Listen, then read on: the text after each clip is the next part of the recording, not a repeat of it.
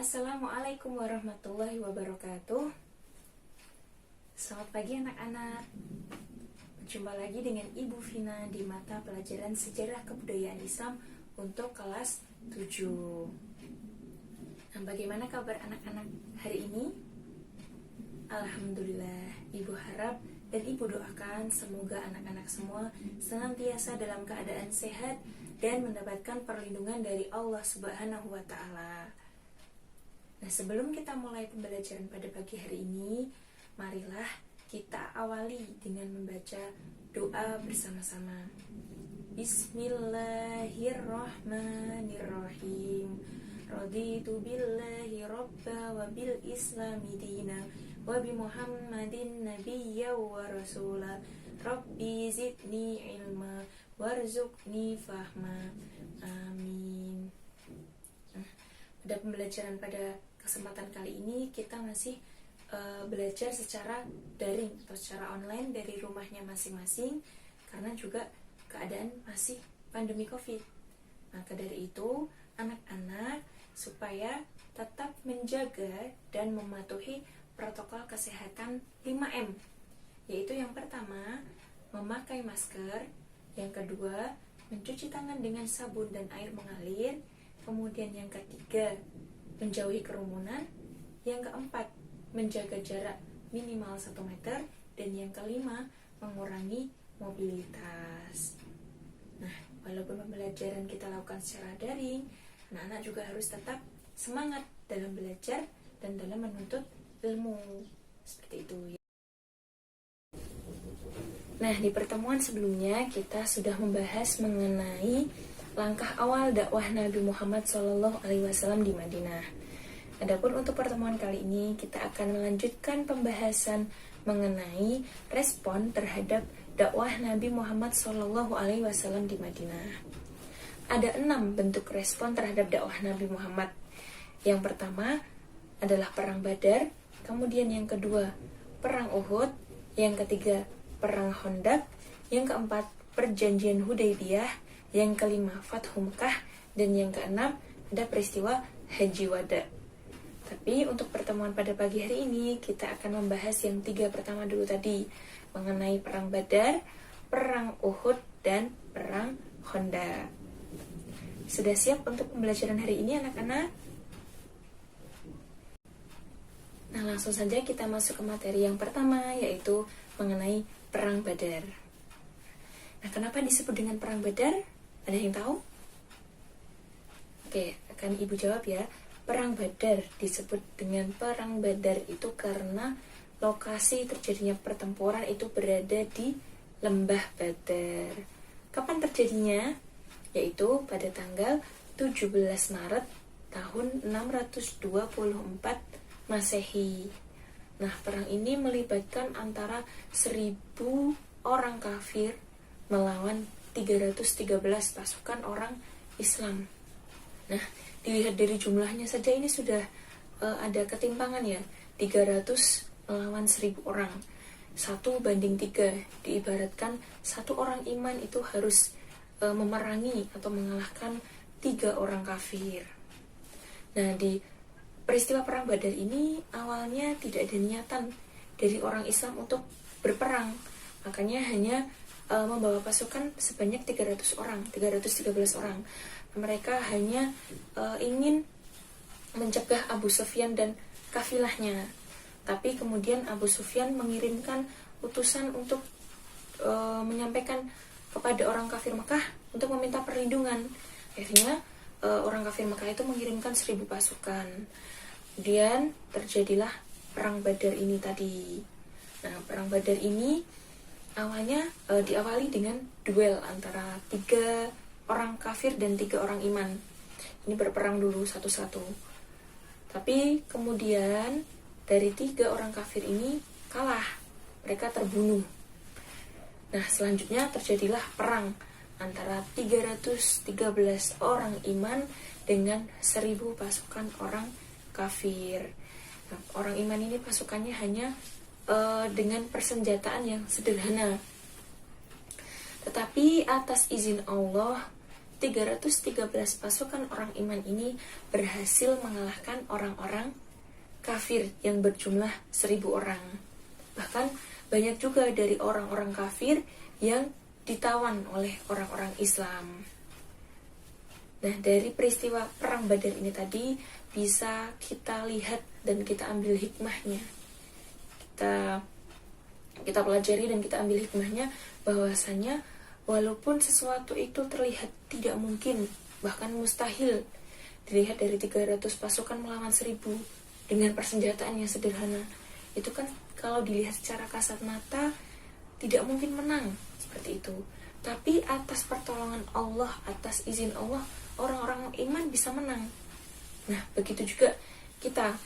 Ketika sesuatu terlihat mungkin tidak mungkin atau mustahil, tetapi jika kita yakin, jika kita berdoa dan berusaha dengan semaksimal mungkin, yakinlah bahwasanya pertolongan Allah itu pasti akan datang kepada kita.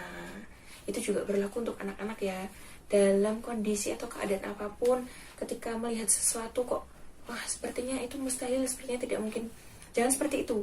Yang penting kita sudah berusaha dulu, berusaha semaksimal mungkin dan banyak berdoa kepada Allah. Kemudian setelah itu kita pasrahkan kepada Allah. Nah, dalam hati kita juga harus yakin bahwasanya doa kita akan dikabulkan, yakin bahwasanya pertolongan Allah itu pasti akan datang kepada kita. Itu tadi, itu yang pelajaran yang bisa kita petik dari peristiwa Perang Badar. Kemudian peristiwa yang kedua yaitu Perang Uhud. Perang Uhud ini juga dinamakan Uhud. Perang Uhud itu karena terjadi di Bukit Uhud yang terjadi 1 tahun setelah Perang Badar. Tadi Perang Badar terjadi pada tahun 624 Masehi, sedangkan Perang Uhud ini terjadi pada tahun 625 Masehi. Nah, di Perang Uhud ini adalah bentuk istilahnya itu balas dendamnya orang kafir. Orang kafir Quraisy ini tidak terima mereka dikalahkan oleh orang Islam pada pertempuran sebelumnya, pada Perang Badar. Kemudian mereka berniat untuk membalaskan dendamnya, membalaskan rasa tidak terimanya. Mereka kemudian membawa pasukan sejumlah 3.000 pasukan berunta, 200 pasukan berkuda, dan 700 pasukan berpakaian besi untuk melawan orang-orang Islam, untuk menghancurkan orang-orang Islam. Nah, sedangkan dari orang Islam itu pasukannya berjumlah 1.000 orang, tetapi kemudian di tengah perjalanan ada 300 orang-orang munafik yang dipimpin oleh Abdullah bin Ubay. Itu mereka lari dari perang, tidak mau ikut perang, membelot dan kembali ke Madinah. Akhirnya hanya tersisa sebanyak 700 pasukan orang Islam. Nah, dengan 700 pasukan orang Islam ini, Nabi kemudian membuat strategi. Nah, karena ini peperangannya terjadi di wilayah perbukitan, akhirnya Nabi membuat strategi dengan menyebarkan pasukan orang-orang Islam, pasukan Islam itu di belakang bukit. Di belakang bukit, dan dilindungi oleh 50 orang pemanah terbaik. Nah, 50 pemanah ini tadi ditempatkan di lereng bukit yang agak tinggi posisinya. Jadi ini di belakang bukit ada pasukan orang Islam, dan di atasnya di bagian lereng bukit yang agak atas ini ada 50 pasukan pemanah. Nah, tugas mereka adalah memanah atau menyerang pasukan-pasukan yang berkuda dari pasukan kafir Quraisy. Dan mereka diberi amanah oleh Nabi untuk tidak boleh meninggalkan tempat itu sampai diberi komando atau diberi perintah oleh Nabi Muhammad. Nah, itu tadi. Awalnya perang itu bisa dikuasai oleh orang-orang Islam. Orang-orang Islam bisa memukul mundur pasukan orang-orang kafir dengan itu tadi 50 pasukan pemanah, dan yang lainnya disebar di belakang bukit. Itu bisa, strateginya berhasil. Tetapi kemudian 50 pasukan pemanah yang sudah diamanai Nabi untuk tidak turun dari tempatnya, itu melihat di bawah itu jarahan atau harta rampasan perang dari orang-orang kafir itu ada banyak. Nah, mereka tergoda dengan harta tersebut. Mereka ingin mengambil harta rampasan tersebut. Akhirnya mereka turun dari lembah, padahal itu belum dikomando dari Nabi, belum diperintah Nabi untuk turun. Mereka turun dari bukit untuk mengambil harta rampasan tadi, karena mereka sudah merasa sudah pasukan kafir sudah lari, perang sudah selesai, padahal itu belum diperintah oleh Nabi. Akhirnya mereka juga benar-benar turun. Nah, melihat kondisi seperti itu, panglima atau pemimpin perang dari orang kafir, yaitu Khalid bin Walid yang saat itu belum Islam, itu melihat, wah, itu orang-orang Islam, mereka sudah turun, berarti tidak ada yang melindungi pasukan. Yang pasukan pemanah kan tidak ada, ibaratnya sudah benteng pertahanannya sudah tidak ada. Nah, kemudian Khalid bin Walid memerintahkan pasukan untuk memutar arah, kemudian kembali menyerang orang-orang kafir, orang-orang iman, menyerang orang-orang iman dari arah bukit itu tadi. Nah, akhirnya karena tidak ada perlindungan, nah, orang Islam juga akhirnya kewalahan karena sudah ibarat tamengnya sudah tidak ada, pemanahnya sudah tidak ada. Mereka diserang secara bertubi-tubi oleh pasukan orang-orang kafir. Akhirnya dari pertempuran tersebut banyak dari orang-orang Islam yang berguguran.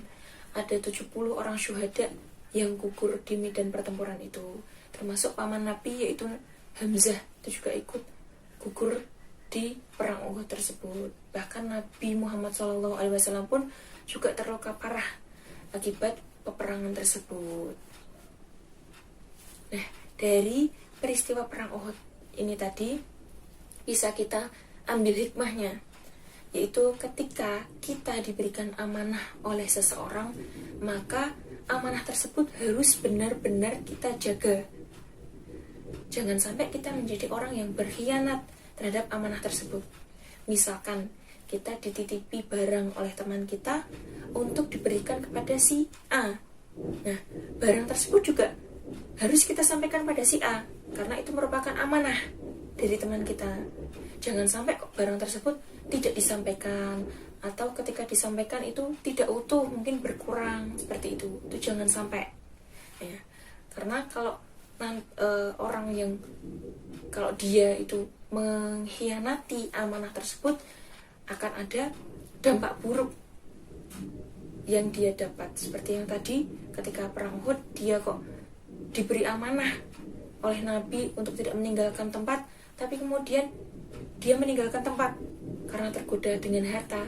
Akhirnya pasukan orang-orang iman itu dikalahkan oleh orang-orang kafir, dan banyak dari orang-orang Islam yang gugur menjadi syuhada. Kemudian peristiwa yang ketiga, yaitu perang Khandaq, atau yang biasa yang juga bisa disebut dengan perang Ahzab. Nah, kenapa disebut dengan perang Khandaq? Khandaq itu artinya adalah parit ya. Mungkin dari anak-anak juga sudah banyak mendengar cerita ini ya, tentang perang Khandaq, perang dengan strategi membangun atau membuat parit besar di sekeliling perbatasan kota Madinah. Ada yang tahu siapa yang mengusulkan pembuatan parit ini? Ya, betul. Salman Al-Farisi adalah seorang sahabat, seorang tokoh yang menjadi pencetus dari strategi pembuatan parit di sekeliling Madinah. Nah, Nabi menyetujui usulan Salman Al-Farisi itu. Kemudian Nabi dan orang-orang Islam membangun parit besar mengelilingi perbatasan kota Madinah. Nah, dengan adanya parit besar itu, orang-orang kafir kesulitan untuk menyerang Nabi dan orang-orang Islam. Ketika mereka akan menyerang, berhasil digagalkan oleh orang-orang iman. Begitu seterusnya, ketika menyerang gagal, sampai mereka mengepung dan menyerang beberapa hari, sampai perbekalannya itu menipis. Nah, kemudian suatu hari turunlah pertolongan Allah berupa angin yang besar dengan disertai badai pasir yang menghancurkan tenda-tendanya orang-orang kafir. Nah, dengan keadaan seperti itu mereka tidak bisa lagi bertahan. Sudah perbekalannya menipis, kemudian tendanya juga sudah hancur. Akhirnya mereka kembali mundur mundur dan tidak jadi menyerang orang-orang iman. Kemenangan diraih kembali oleh orang-orang iman dengan pertolongan Allah. Seperti itu. Nah, itu tadi penjelasan dari Ibu mengenai 3 bentuk respon terhadap dakwah Nabi Muhammad di Madinah. Ya, yang pertama tadi mengenai perang Badar, peristiwa perang Badar, yang kedua mengenai peristiwa perang Uhud, dan yang ketiga mengenai peristiwa perang Khandaq. Itu tadi silahkan dicatat ya anak-anak ya. Kemudian silahkan dibaca dan dipelajari ulang. Jika ada yang belum paham atau ada yang ingin ditanyakan, silahkan langsung menghubungi Ibu. Bisa nanti ditanyakan dan langsung Ibu jawab insya Allah. Nah, cukup sekian pembelajaran kita pada pagi hari ini. Jangan lupa nanti absensinya anak-anak menuliskan nama, nomor absen dan kelas di kolom komentar ya, di kolom komentar YouTube. Kemudian nanti silahkan di screenshot dan dikirimkan ke Ibu. Nah, untuk pembelajaran selanjutnya kita akan membahas sisanya dari 3 respon, yaitu mengenai perjanjian Hudaybiyah, peristiwa Fathul Makkah, dan Haji Wada. Itu akan kita bahas insya Allah di pertemuan selanjutnya. Itu jangan lupa tugasnya untuk merangkum apa yang sudah Ibu sampaikan, seperti itu ya. Dan Ibu tidak bosan-bosan mengingatkan agar anak-anak senantiasa menjaga dan mematuhi protokol kesehatan.